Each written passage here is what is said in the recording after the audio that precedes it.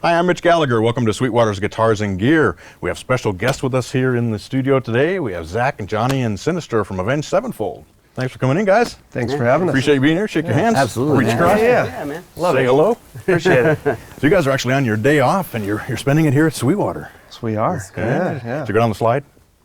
We have what slide? What haven't slide? seen the slide I yet? haven't seen the slide. There's a slide that goes from the second floor down to the first. We'll have to do that. It's a rite of I'm out of here. I'm going. That sounds like a good time. Yeah, absolutely, absolutely. So obviously your first time to Sweetwater.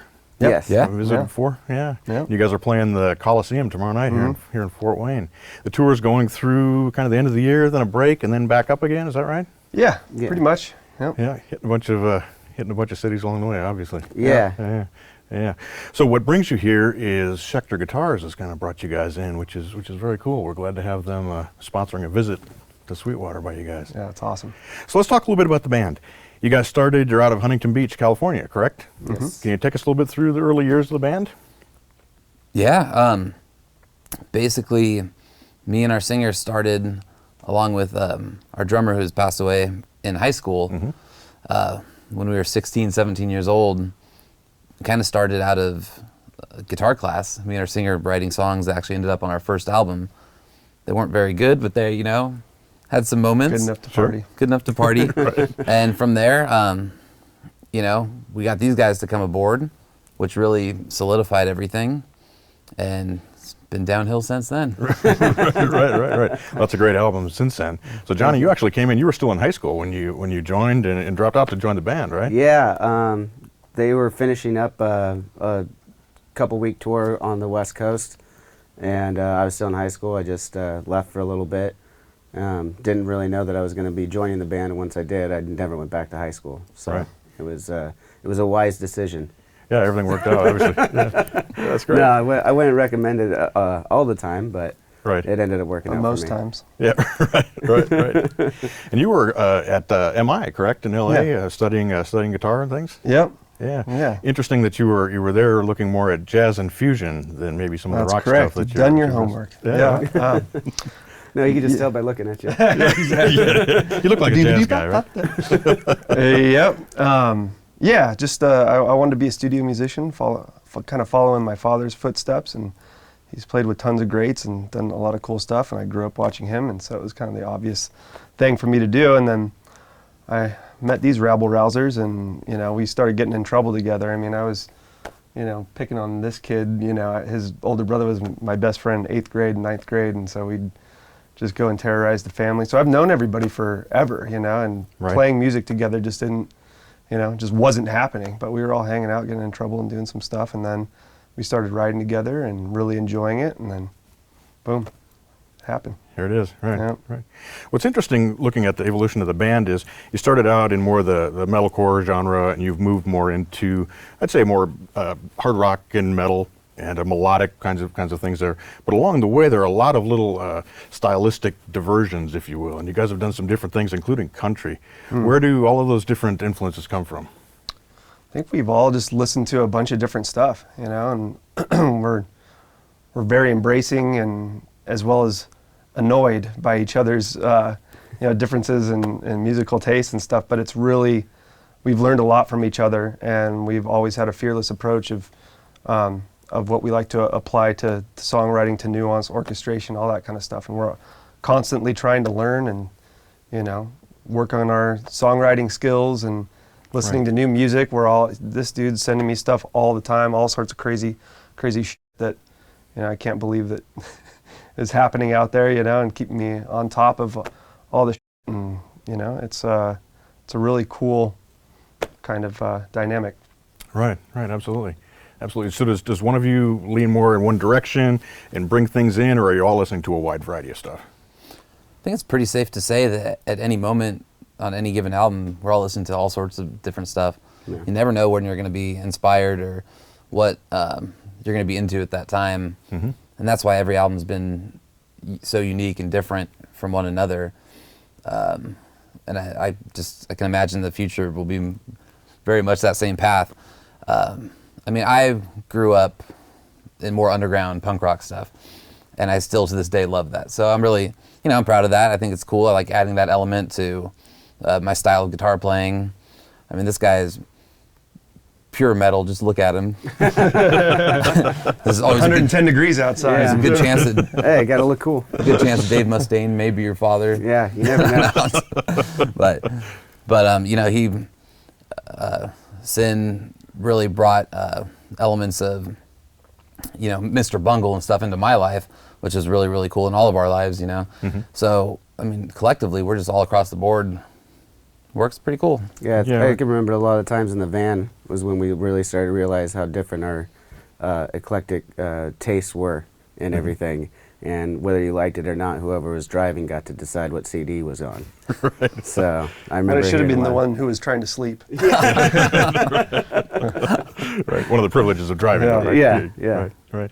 So it's interesting that you used the words arranging and orchestration in describing the music. Listening back to your tracks, there's clearly a lot of work and a lot of thought that goes into how those songs are put together, how they're arranged, and the way things are layered and set up. Can you can you tell us a little bit about that and how the songs come together? It's a different approach for everything.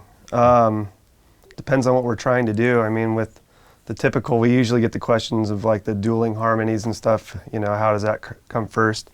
Who writes the harmony to it or whatever? But whoever writes kind of the part, you know, plays the lead line, and then you know, the other has the fun task of harmonizing such line, and you go from there. But if it comes down to like actual orchestrations and stuff, there's a lot of cool gear out there, a lot of software, and we kind of have a very hands-on approach, and kind of what you hear at the final product is not so far away from like the demos.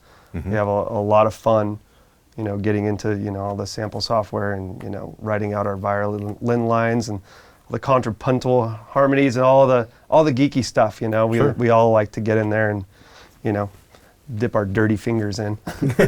Right. Yeah. So one would assume, having gone through MI, that you have a background in some music theory and reading and some of those kind of things as well. Not as much as you'd think, but I do my best. Yeah. Right. In the group, he is the geek that knows all that stuff. Well, that was what I was going to ask. Are the rest of you, do you have a lot of theory background? Are you doing it by ear as you go? Never taken a lesson in my life, and I probably couldn't tune my own guitar. Yeah. But it adds a crazy dynamic to our band, you know. I've learned so much from him, and hopefully some of the, you know, raw elements, the thrashy stuff is rubbed off on him, and likewise with Johnny. So I think we've all learned a lot from each other, but that's what makes Avenged Sevenfold so unique and so dynamic, is that we come from two totally different backgrounds, but for some magical reason it seems to work. Right. Yeah, incorporating all those things there gives a lot of variety. For sure. So when you bring in something, well, let's talk about your songwriting process.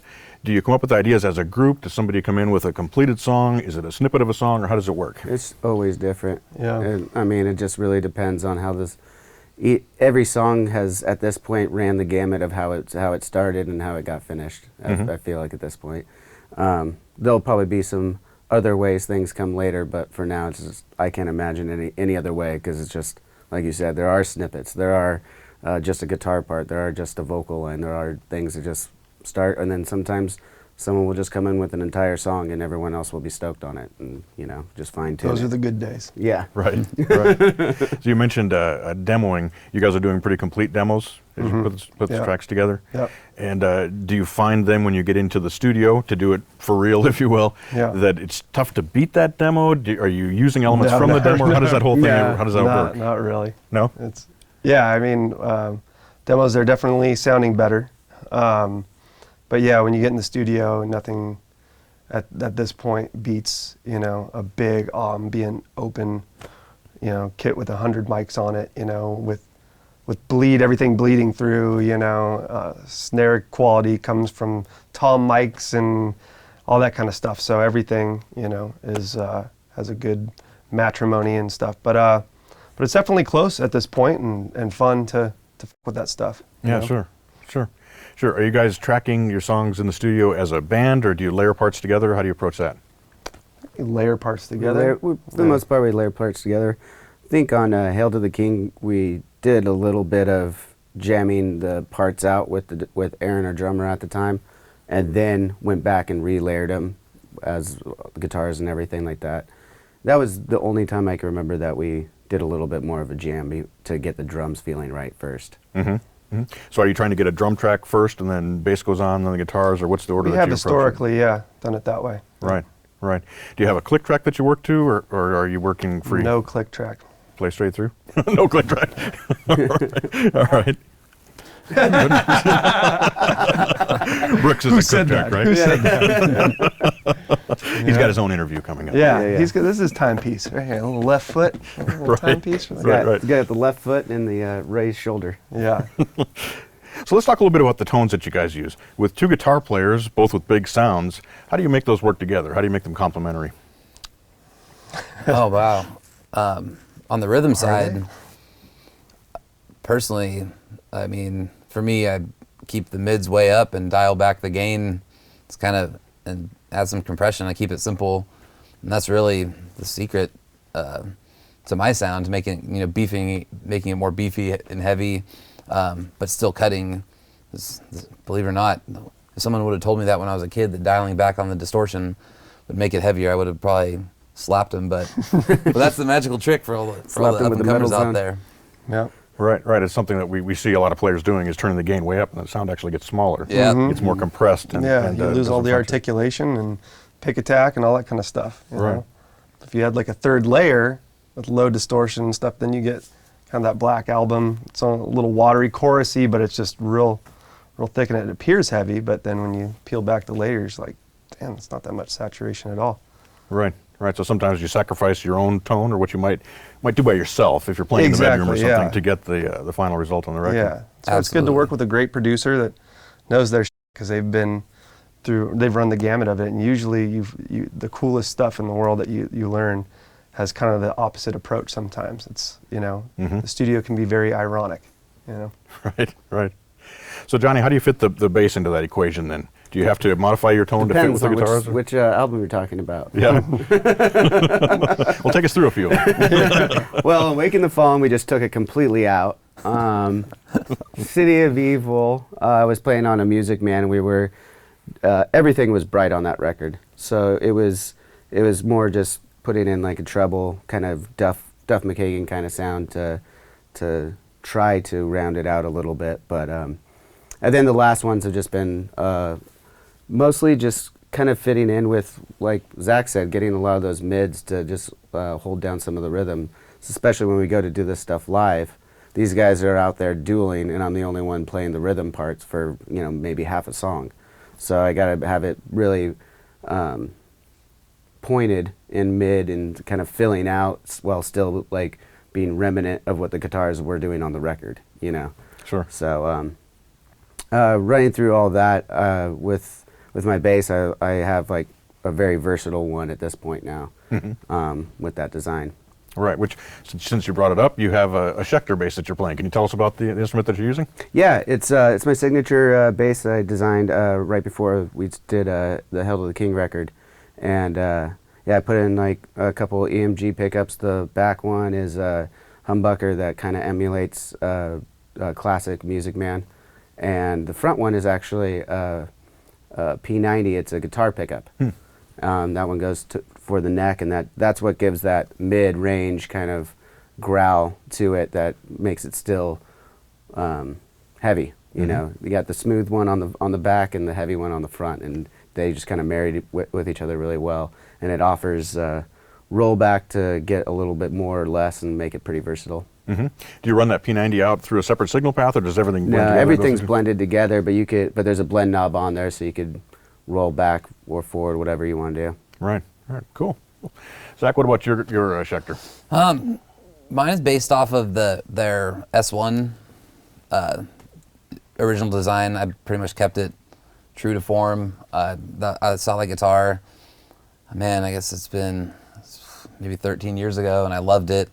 I loved the fact that it catered to left-handed players such as myself, and pretty much just kept it true to that. It's lightweight, it stays in tune fantastic when I run around with it. I haven't really changed a whole lot about it. Added my signature 6661 decal on there. Right. But other than that, man, I kept it pretty true to the S1, just being such a fan of that guitar. Kept it pretty simple. Right, right, it does the job. Absolutely. Right. Synyster, your signature guitar has some interesting features. Yeah, we just had a couple of new models released with like a burst, different, like a satin burst paint job and thinner radius neck, or however you would describe it. Plays really, really fucking well. I really enjoy how it plays, how it sounds. It's got Seymour Duncan pickups. I think there's a coil split if you get the one without the Sustainiac. If you get the one with the Sustainiac, it comes with the Sustainiac, and the Sustainiac is pretty cool. We use that for a lot of different textures and stuff in the studio, and to make feedback things and tricks and nuances a little easier. And then like the new Floyd Rose whammy bar, I'm not sure what it's called, but it's there's no play in it anymore. It's really smooth and just plays and sounds great. Right. The Invader's a really high output pickup. Yeah. How do you manage that without pushing too much on the front of your amplifiers? I've always found that it just gets a really cool sound, and for me it's high output so that it sounds like a lot of gain, and you can dial things back to go back to what he was talking about getting a bigger sound with a little bit of less, but it still has some serious growl to it with lower gain settings and stuff. But it's just the playability is really, really great. And then when you stack a bunch of horse on top of horse like we tend to do sometimes, everything can still cut through, you know, and you don't have to find, a different amalgamation of guitars each time you're doing something. It just really sets a great foundation, rhythmically, and it builds well too. Right, great. So let's talk a little bit about the technique that's required to play the songs that you guys play. Obviously, they're very technically demanding. How did you develop the technique to handle all those parts? Well, he's a learned doctor. That's what's required, right? Collectively, we're our house of learned doctors. I think you just learn. I mean, we've always just like second song on Burn It Down. Like when you came up with that riff, I couldn't fucking play that. Yeah, I think basically I'm going to speak for you as well. I think we've typically written stuff above and beyond our skill level and had to go back and backtrack and catch up and learn how to play it. We've had ambitious writing elements, like you said, because when I had written some of that stuff, I was just hacking through it. And then when you actually get to the studio and you have to play it and make it sound good, you realize, oh wow, this is going to need some work because the studio doesn't lie. And then you forget it and have to learn it live, and then Right. And that's when you actually have to fucking learn it. Right. Yeah, That's brutal. Lots of practice on this end of learning stuff. Is it a methodical practice? Do you sit with a metronome and slow it way down and bring it back up, or how do you approach it? Sometimes, I mean, his playing ability as a lead guitarist is incredibly fast. So sometimes he'll spring some stuff on me that I'll have to duel with him, and I'll be really upset at him because after 20 some years some scotch can't fix that. Yeah, exactly. There you go, buddy. But yeah, it's just sometimes I just have to ask him. I say, this sounds impossible to me. What am I supposed to do? And he says, start here with your metronome of this. Just keep bumping it up, and he'll show me how to play it. Mm-hmm. And I'll just sit there and I'll practice. Sometimes I'll throw stuff, Right. but at the end of the day, when it becomes second nature and you're running around on stage playing it, you become that much better of a guitarist. So that's the process for me. Right. It's always an interesting thing to learn a part that another guitar player wrote, because you would articulate things different. Completely, Are both of you real sticklers about, no, it has to be played with this fingering and this articulation to sound right with what I'm playing?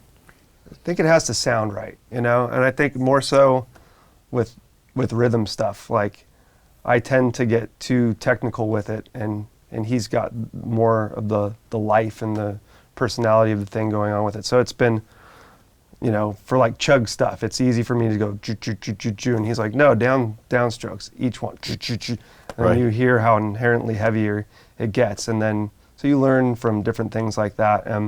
For lead stuff, it's just, for me, I think he's got great fill already, so we've never worked on vibrato or anything like that, and I like how it sounds different anyway.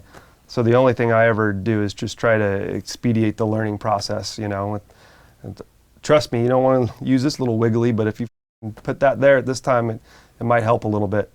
And then you just figure it out from there. Right. And what about on the bass end of things? Do you find you having to work things up to tempo, or does it come pretty naturally to you? Excuse me. For a while at first there was, I think going into City of Evil is when I really had to like up my game, because these guys started writing crazier, faster songs. And I just remember having to learn and just, you just keep going at it every day for a couple hours a day like anything else. You just really practice on it.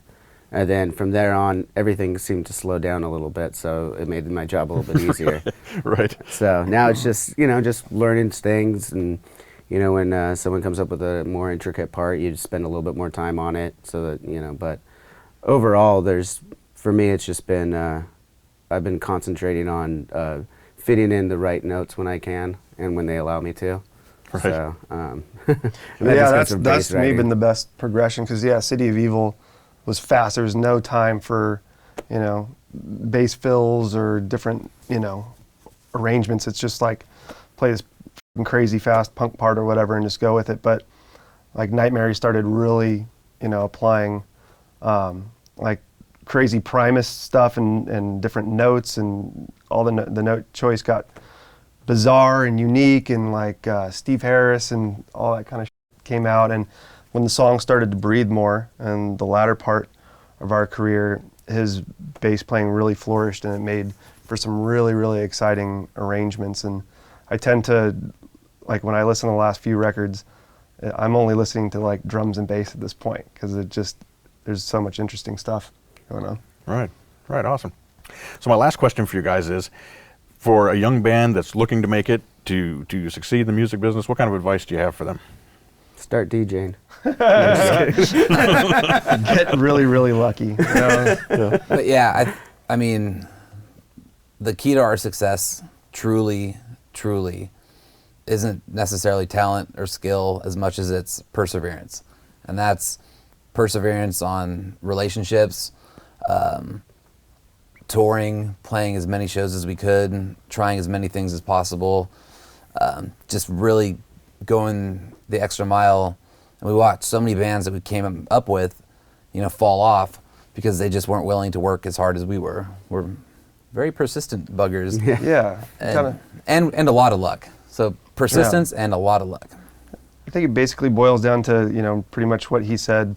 And in order to do that, to me, you have to love what you're doing. You can't worry about doing this. I mean, we started a hardcore band and just enjoyed naturally every different place we went along, the downward path of the rabbit hole, and just really enjoyed everything. And when success started happening, there were like a few people that pointed, well, what are they doing? Let's do that. And you get, copycat acts not necessarily following their heart, and we were always and continue following our heart. That's why we never release a record, but when we do, we are completely inspired by the process, have exactly what we want to do in mind, and are possessed. Not just needs, not time to do it, we're possessed, and we can't do anything but write, or we can't do anything but tour, and we're possessed by, whatever we're doing at that moment.